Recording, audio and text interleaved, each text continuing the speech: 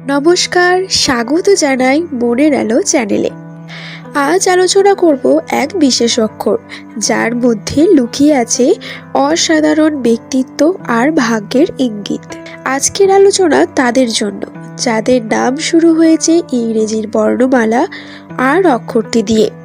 আপনারা জানেন, সংখ্যাতত্ত্ব অনুযায়ী আর অক্ষরটি ৯ নম্বরের সাথে যুক্ত, যা সহনশীলতা, মানবতা এবং সৃজনশীলতার প্রতীক। কিন্তু আগামী ১১ই নভেম্বর এই আর নামের জাতক জাতিকাদের জন্য কি বার্তা নিয়ে আসছে? দিনটি কেমন কাটবে? কি ভালো ফল পাবেন? আর কোন দিকগুলি থেকে একটু সাবধান থাকতে হবে? তো বন্ধুরা, সব কিছু জানতে ভিডিওটি শেষ পর্যন্ত দেখুন। তার আগে সংক্ষেপে জেনে নিই, সংখ্যাতত্ত্ব অনুযায়ী আর নামের মানুষেরা সাধারণত খুব সৃজনশীল এবং শিল্প সংস্কৃতির প্রতি বিশেষ আগ্রহী হন। এই ব্যক্তিরা দয়ালু, উদার এবং অন্যের প্রয়োজনে সব সময় সাহায্যের হাত বাড়িয়ে দেন।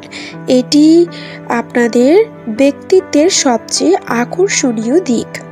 আর অক্ষর দিয়ে শুরু হওয়া নামের মানুষদের মধ্যে একটি সহজাত নেতৃত্বের গুণ থাকে এবং আপনারা নিজের লক্ষ্যে পৌঁছানোর জন্য কঠোর পরিশ্রম করতে পারেন। তো বন্ধুরা, এবার আসা যাক মূল প্রসঙ্গে। ১১ই নভেম্বর ২০২৫ আপনাদের জন্য কেমন থাকবে? প্রথমে কথা বলবো সেই সব ভালো দিক নিয়ে যা এই দিনটিকে আপনার জন্য বিশেষ করে তুলবে। এই দিনে আপনি কর্মক্ষেত্রে বিশেষ সম্মান বা প্রশংসা পেতে পারেন। আপনার কঠোর পরিশ্রমের ফল মেলার সম্ভাবনা প্রবল। যারা সৃজনশীল পেশার সাথে যুক্ত, যেমন শিল্প, লেখালেখি বা মিডিয়া, তাদের জন্য দিনটি খুবই শুভ। নতুন আইডিয়া আসতে পারে। অংশীদারি ব্যবসায় লাভ বা কোনো নতুন চুক্তিতে স্বাক্ষর করার সম্ভাবনা রয়েছে। আর্থিক দিক থেকে দিনটি অনুকূল। আপনার কোনো পুরনো পাওনা টাকা ফেরত পেতে পারেন। এমনকি বিনিয়োগের জন্য দিনটি মোটামুটি শুভ। তবে বড় কোনো ঝুঁকি নেওয়ার আগে অভিজ্ঞদের পরামর্শ নেওয়া ভালো হবে। আয় এবং ব্যয়ের মধ্যে একটি ভারসাম্য বজায় থাকবে। এবার বলি পারিবারিক দিক থেকে পরিবারের জীবনে শান্তি এবং আনন্দের পরিবেশ বজায় থাকবে। মায়ের সাথে বা পরিবারের প্রবীণ কারোর সাথে সুন্দর সময় কাটাতে পারবেন। প্রেমের সম্পর্কে আন্তরিকতা এবং আস্থার বন্ধন আরও মজবুত হবে এবং যারা সিঙ্গেল, তাদের জীবনে নতুন কারো আগমন ঘটতে পারে। এমনকি বন্ধুদের কাছ থেকে সহযোগিতা ও সাহায্য পাবেন। এবার আসে শারীরিক দিক থেকে বলতে গেলে শারীরিক দিক থেকে আপনি সুস্থ ও সচেতন অনুভব করবেন। পুরনো কোনো রোগ থেকে কিছুটা মুক্তি পেতে পারেন। মানসিক দিক থেকে শক্তি ও উৎসাহ পাবেন, যা সারাদিনের কাজের অনুপ্রেরণা যোগাবে। বন্ধুরা, প্রতিটি দিনই ভালো মন্দ মিশিয়ে আসে, তাই এবার জেনে নেওয়া যাক কোন দিকগুলিতে আপনাকে সতর্ক থাকতে হবে। আর নামের জাতক জাতিকারা স্বভাবতই খুব উদার হন, কিন্তু এই দিনে আপনার অত্যাধিক আবেগপ্রবণতা বা উদারতার সুযোগ কেউ নিতে পারে। সাহায্যের হাত বাড়ানোর আগে বিচার বিবেচনা করে নিন। আপনার খরচের ওপর রাশ টানতে হতে পারে। অপ্রয়োজনীয় কেনাকাটা বা বিলাসিতার পিছনে অর্থ খরচ হলে পরে আর্থিক টানাটানিতে পড়তে পারেন।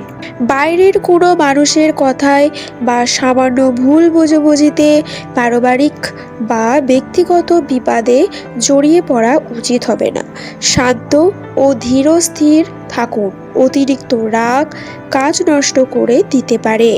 যদি দূরে কোথাও যাত্রা করতে হয়, তাহলে দ্রুতগামী যানবাহন ব্যবহারের ক্ষেত্রে বিশেষ সতর্কতা অবলম্বন করতে হবে আপনাদের এই দিনে। বাইরের কেউ আপনার ব্যক্তিগত বা পারিবারিক বিষয়ে অযথা হস্তক্ষেপ করার চেষ্টা করতে পারে। সেই ক্ষেত্রে নম্রতার সাথে কিন্তু দৃঢ়ভাবে নিজের সীমারেখা বজায় রাখুন। বন্ধুরা, দিনটি আরও শুভ করতে আপনি কি করতে পারেন, তাই আপনাদের জন্য কয়েকটি সহজ টিপস। সম্ভব হলে আজ সকালে ভগবান শ্রীকৃষ্ণের নাম জপ করুন, অথবা ওম নমো ভগবতে বাসুদেবায় এই মন্ত্রটি 108 বার জপ করতে পারেন। এই দিনের জন্য আপনার শুভ রং হলো সাদা বা কমলা।